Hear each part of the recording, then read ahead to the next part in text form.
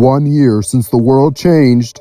We will celebrate my brother's life, marking the anniversary of George Floyd's murder. The father of a Parkland shooting victim speaks out. My fury is directed right now at those in Washington, D.C. who keep watching this happen. After a weekend of gun violence.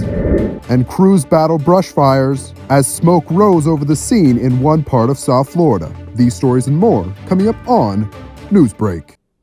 Hello, South Florida. I'm Zitlali Solache, and today is Tuesday, May 25th, 2021. From the South Florida Media Network's Biscayne-based studios in North Miami, this is SFMN Newsbreak. Today marks 1 year since the murder of George Floyd, and many around the country gathered to commemorate his life. Members of Floyd's family celebrated his life over the weekend, and as the network's Helen Acevedo reports, they are set to meet with President Biden today to mark the anniversary of George's death. It has been 1 year since the death of George Floyd, and commemorations are being held across the country. Say his name! Say his name! Floyd's death at the hands of a Minneapolis police officer on May 25, 2020 sparked a social justice movement throughout the U.S. and has brought about meaningful police reform in many areas. Throughout the weekend and today, Floyd's family and activists have been celebrating his life. we will celebrate my brother's life in a very, very special way. President Joe Biden has called for Congress to pass a bill that would change policing in the United States. With the passing of this George Floyd bill that I know the president will sign, we don't know when, but I have a good feeling about this bill being passed that will protect these families from hurting and weeping, because these police officers need to be held accountable. Although unaware of when or if the bill will be passed, the Floyd family is expected to meet with the president at the White House today.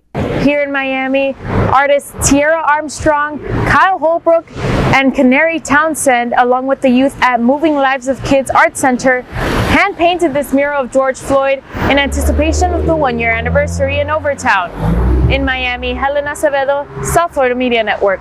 After a weekend of gun violence across the U.S., the father of one of the 2018 Parkland shooting victims remains frustrated with lawmakers.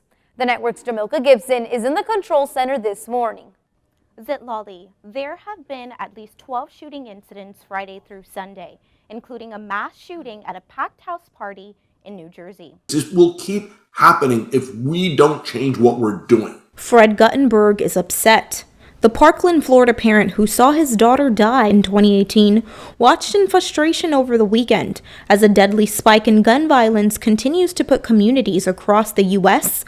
on edge. We're getting over COVID and it looks like the madness is coming back. Near Atlantic City, New Jersey, late Saturday night, police investigated a mass shooting at a house party that left 2 dead and a dozen injured.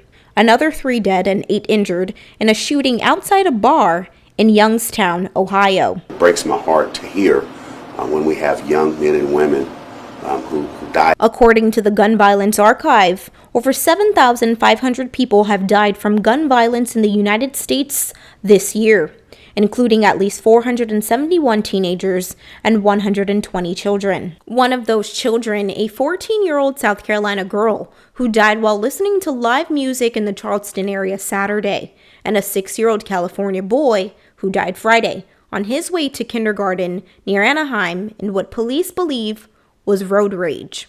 He said, "Mommy, my tummy hurts." So she went and she picked him up, and he was bleeding on her. Every child who dies reminds Fred of his daughter, Jamie Guttenberg, who would have graduated high school at MSD in a couple of weeks. My fury is directed right now at those in Washington, D.C. who keep watching this happen and won't do anything. More than 7,500 people this year have died from gun violence. That's a 25% uptick over the same period in 2020. Compared to 2019, it's a 40% increase. In the Control Center, Jamilka Gibson, South Florida Media Network. Acres of forest left burned this morning after a massive wildfire in Indian River County. It sparked up over the weekend, started by an unattended campfire. The fire grew more than 1,000 acres and is now 60% contained. According to the Florida Forest Service, it's the biggest fire the county has ever seen. An American journalist is imprisoned overseas this morning, arrested just before he was going to return to the U.S.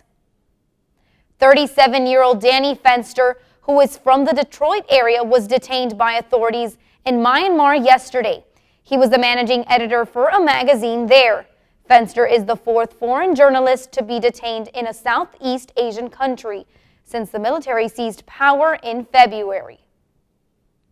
A dreamer denied re-entry into the United States after going to Mexico for her visa interview. This is home. My sister was saying that even though we didn't have the immigration status, I always felt like this is where I belong. Anna and Maria Rafael have been living in the U.S. since they were 6 years old. The twins, now 25 years old, are both DACA recipients. But when Anna returned to Mexico for her interview, she was placed on a 10-year ban for not being a permanent resident in the States.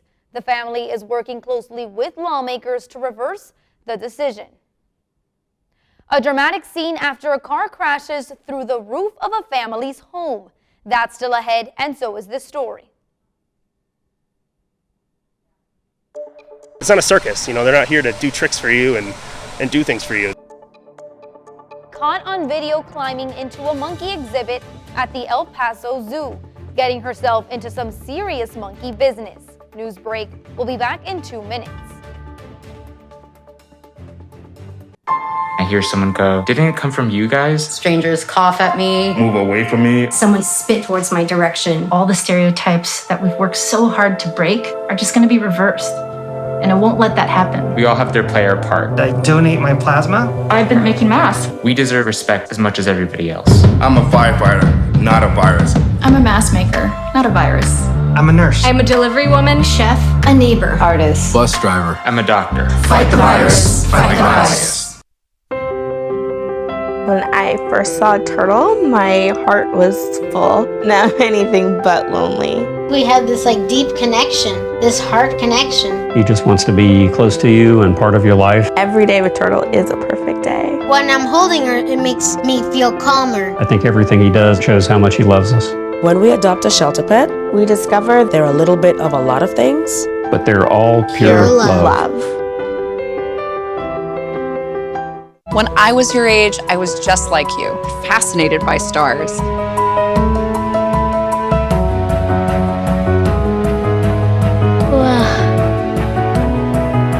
But now I get to search for life in the universe.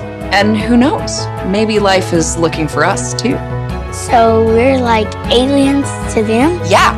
Does anyone want to be a scientist now? I do. Awesome. We need more girls in STEM. Maybe we can find aliens.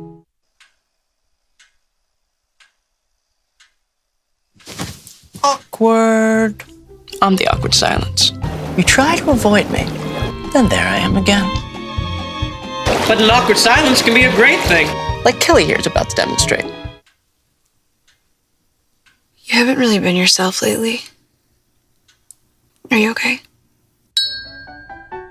Find out how you can help a friend with their mental health at seizetheawkward.org.